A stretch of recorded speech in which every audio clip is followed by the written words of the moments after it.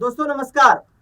Samajwadi party के संस्थापक मुलायम सिंह यादव के छोटे बेटे प्रतीक यादव ने इस दुनिया को अलविदा कह दिया है। क्या वो प्रमुख कारण रहा, उस पर बताऊंगा। आखिरकार प्रतीक यादव का निधन कैसे हुआ, किस गंभीर बीमारी से वो जूझ रहे थे और उस बीमारी के क्या सिम्टम्स होते हैं। प्रतीक यादव का निधन 13 मई सुबह करीब 5:30-6 बजे के दरमियान में हुआ।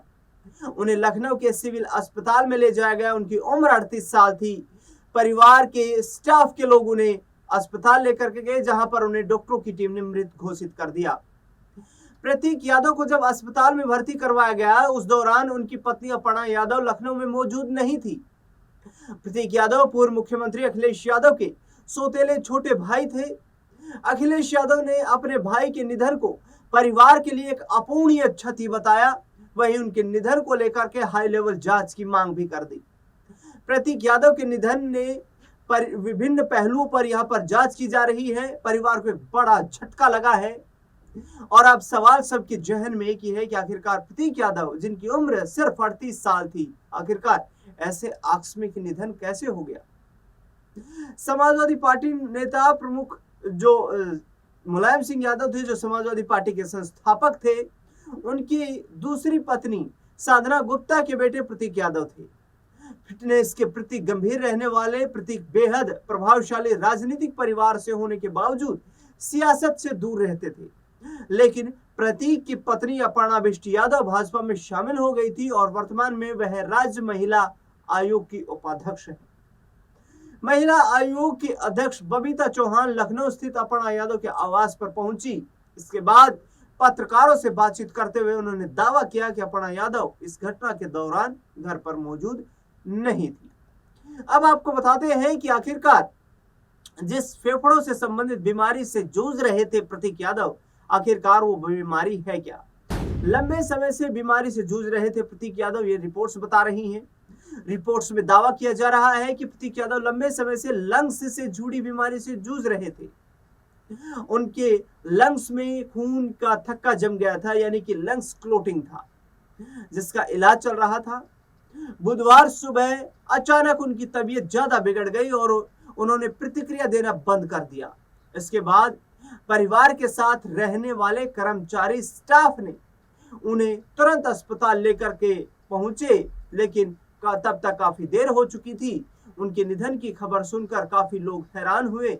प्रतीक यादव के बारे में बताया जा रहा है कि वे पिछले दिनों भी अपने फेफड़ों में डिप्रेशन की बीमारी को लेकर लखनऊ के एक अस्पताल में भर्ती थे।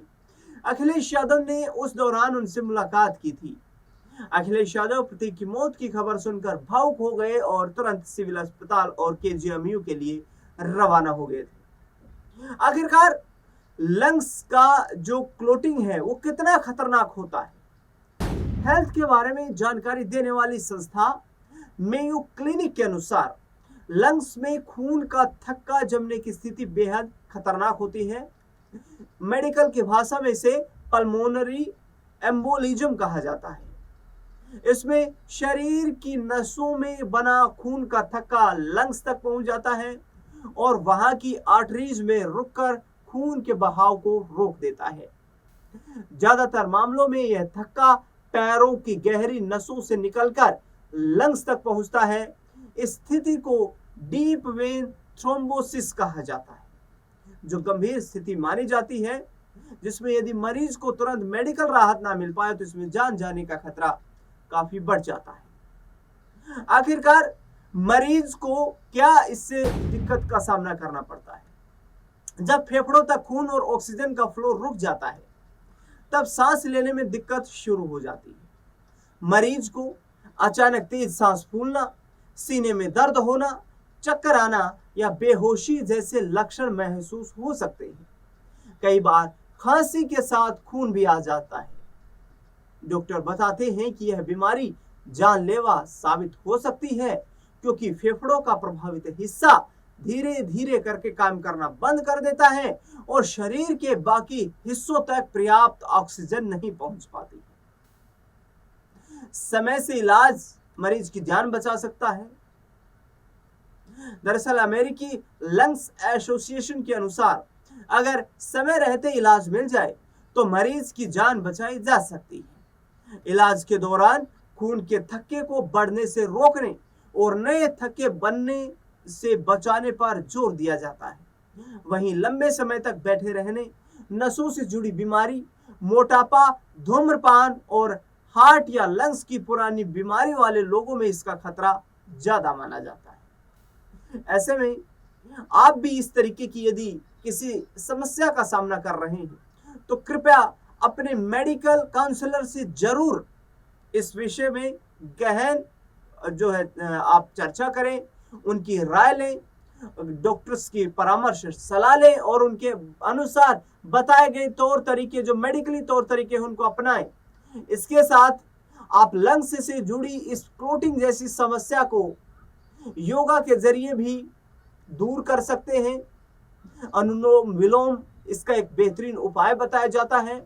इसके साथ ही आपको ये बता दें कि समय समय पर आप मेडिकल चेकअप के लिए हॉस्पिटल जरूर जाते रहें, क्योंकि इससे आपके फेफड़ों की नियमित जांच होगी तो उससे पता लगाया जा सकेगा कि आखिरकार क्या आपके फेफड़ों में भी इस तरीके की समस्या तो नहीं है, क्या आपके लंग्स ब्लड क्लोटिंग से प्रभावित तो नहीं है, और यदि ऐसा है तो फिर आप लंग्स क्लोटिंग को रोकने के लिए खून को पतला करने की तमाम उन डाइट्स का अपने खाने में इस्तेमाल करें जिनसे खून पतला हो जाए और उसे संचारित होने में, नसों में संचारित होने में तेजी से जो है मदद मिलती रहे और हार्ट जो है वो ब्लड को लगातार पंपिंग करके वेन्स तक पहुंचाता रहे और आपके फेफड़ों में वो क्लोटिंग जैसी समस्या ना बने, जिससे कि ऑक्सीजन की पर्याप्त मात्रा मिलना नामुमकिन हो जाए। ऐसे में ब्लड क्लोटिंग फेफड़ों के लिए काफी नुकसानदायक है, हालांकि शरीर के कई हिस्सों के लिए ब्रेन में ब्लड क्लोटिंग भी उतनी ही खतरनाक मानी जाती है। ऐसे में प्रतीक यादव भी कुछ समय से इसी तरीके की फेफड़ों से यानी कि लंग्स ब्लड क्लोटिंग की समस्या का सामना कर रहे थे। अब प्रतीक यादव का जो पोस्टमार्टम हुआ है उसकी रिपोर्ट सामने आएगी। उनके परिवार के सदस्यों ने एक हाई लेवल जांच की मांग की है। रिपोर्ट्स तो यहां तक सामने आ रही है कि सुबह करीब 5:30 बजे जो है प्रतीक यादव बेहोशी की हालत में उनके स्टाफ को किचन में मिले, जहां पर वो गिरे हुए थे यानी बेहोश स्थिति में थे। उस दौरान आनन फानन में तुरंत उनके स्टाफ के कर्मचारी जो थे वो उन्हें सिविल हॉस्पिटल लेकर के पहुंचे। वहां पर इमरजेंसी वार्ड जो था उसमें उन्हें भर्ती करवाने के लिए डॉक्टर्स ने उनका ट्रीटमेंट करना इमरजेंसी में शुरू किया, लेकिन देखा कि जब उनकी पल्स नहीं चल रही है, जब उनकी हार्ट बीट नहीं चल रही है, तो वहां पर उन्हें ब्रॉड डेड घोषित कर दिया गया और उसके तुरंत बाद उन्हें रेफरल दे दिया गया king George medical university college के लिए यानी कि KGMU के लिए, जहां पर उनका पोस्टमार्टम हुआ। परिवार के कई सदस्य जिनमें पूर्व मुख्यमंत्री अखिलेश यादव, शिवपाल यादव, तमाम जो नेता समाजवादी पार्टी के हैं वो काफी इस घटना से दुखद नजर आए और परिवार के सदस्यों में एक गमगीन माहौल देखने को मिल रहा है।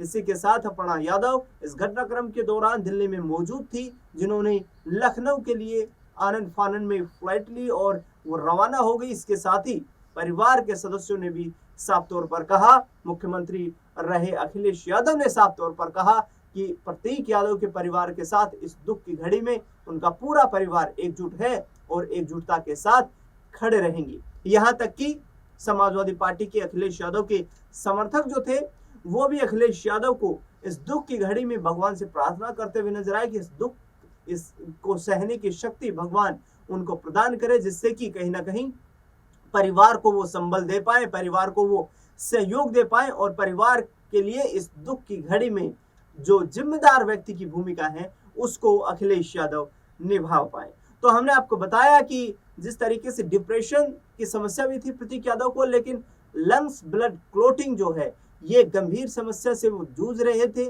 पिछले दिनों हॉस्पिटल में भी भर्ती थे, वहां पर अखिलेश यादव से उनकी मुलाकात भी हुई थी पिछले दिनों, लेकिन उसके बाद प्रतीक यादव अपने घर पर शिफ्ट हो गए थे।